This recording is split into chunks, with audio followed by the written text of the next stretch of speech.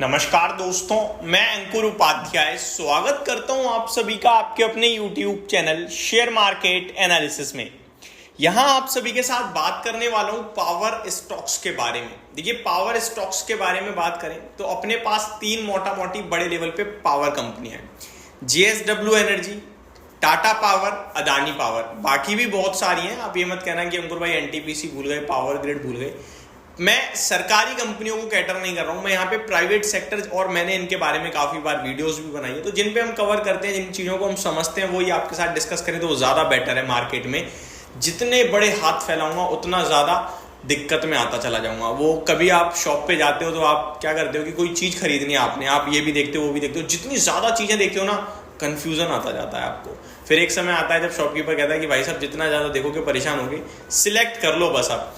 लेकिन आपको भी इसी प्रकार जो है ना अपने आप को कुछ दायरे में रखना है। अब शेयर बाजार क्या है, 8-9 हजार कंपनियां ट्रेड कर रही हैं, आप ज्यादा से ज्यादा कंपनी कवर करोगे कुछ नहीं कर पाओगे, लेकिन कुछ कंपनियां कवर। वो एक और चीज मैं एग्जांपल के रूप में दूं कि आपको ना हर चीज में परफेक्ट होने की जरूरत नहीं है। आप अगर किसी एक पर्टिकुलर सेगमेंट में परफेक्ट हो जाते हो तो भी आपके लिए सफिशिएंट है। कहते हैं ना कि भाई मेरे को केवल शेयर बाजार आता है, लेकिन शेयर बाजार मेरे को इतना आता है कि भैया मैं दूसरे को अच्छे से समझा सकता हूं। तो इसी प्रकार हम इन्हीं को कवर करते हैं, तो इन्हीं को कवर करते हैं। अब इन तीनों कंपनियों को लेकर एक कॉमन चीज है। देखो, JSW एनर्जी वैल्यूएशन टर्म्स में महंगा है, रिजल्ट इतने खास आए नहीं थे, लेकिन सेगमेंट अच्छा है, डिमांड आउटलुक अच्छी है और JSW ग्रुप भी अच्छा कर रहा है, आगे के टारगेट भी अच्छे आ रहे हैं इस स्टॉक पे। टाटा पावर जो हम सबका फेवरेट है, हम सबको अच्छा लगता है, एक तो पेरेंटेज टाटा ग्रुप है तो वो अपने आप में एक बेनिफिट हो जाता है, प्लस कंपनी जितने सेगमेंट में मार्केट लीडर है।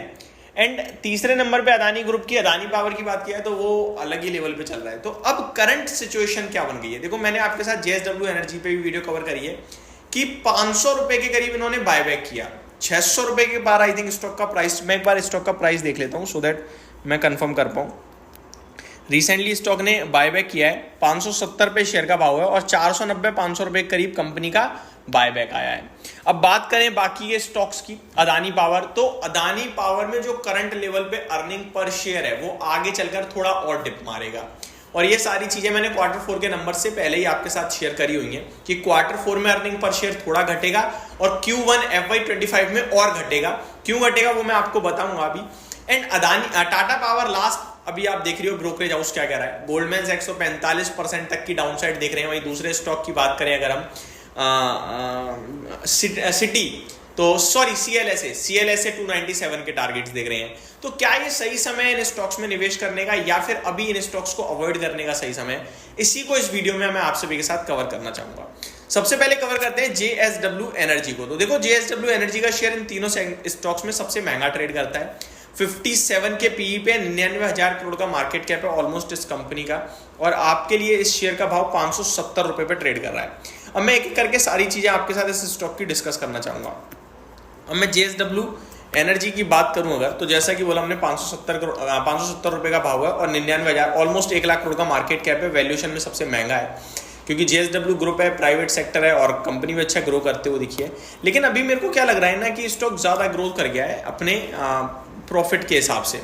For example, compounded profit growth company की है 30% की 3 साल की, और स्टॉक का प्राइस 70% की कैगर से भाग रहा है। तो मेरा आप सिंपल सा लॉजिक ये है कि कंपनी ना अपनी ग्रोथ से डबल रफ्तार से भाग रही है। इस भाव पे JSW एनर्जी भी अच्छा नहीं लगता है। 500 रुपए में बायबैक हुआ था, 570 अभी ट्रेड कर रहा है, मतलब ही नहीं बनता। तो इस शेयर को भी मैं बाय ऑन डिप के लिए कहूंगा, और डिप कितनी चाहिए मेरे को, कम से कम 450 रुपए तक की। वहां आएगा तो लेंगे, अदरवाइज नहीं लेंगे। है आपके पास लॉन्ग टर्म का व्यू है, बने रहिए। शॉर्ट टर्म का व्यू है, पार्सल बुक कीजिए, पार्सल 500 रुपए पे आराम से एंटर कर सकते हो। क्योंकि आप बुक कर रहे हो तो आप कोशिश कीजिएगा 520 पे ही एंटर कर जाओ वापस से, या 500 के करीब कर जाओ, क्योंकि आपके हाथ से स्टॉक छूटना नहीं चाहिए, या फिर आप बने भी रह सकते हो। लेकिन फ्रेश एंट्री के लिए 450 करीब का भाव अच्छा लगता है, क्योंकि आपका ये शेयर वैल्यूएशन टर्म्स में भी बाकी स्टॉक से महंगा है और अर्निंग्स के हिसाब से स्टॉक का प्राइस बहुत भागा हुआ है। दूसरे स्टॉक की तरफ बढ़ते हैं आगे, अदानी पावर। अब अदानी पावर में क्यों कह रहा हूं कि एक आध अर्निंग पर शेयर एक आध क्वार्टर में और कम होगा, क्योंकि हम बीते 4 क्वार्टर को चेक करते हैं और फिर बनाते हैं पूरा फाइनेंशियल ईयर। अगर अभी मैं बात करूं तो 2700 करोड़ का मुनाफा पेश करा है कंपनी ने मार्च क्वार्टर में।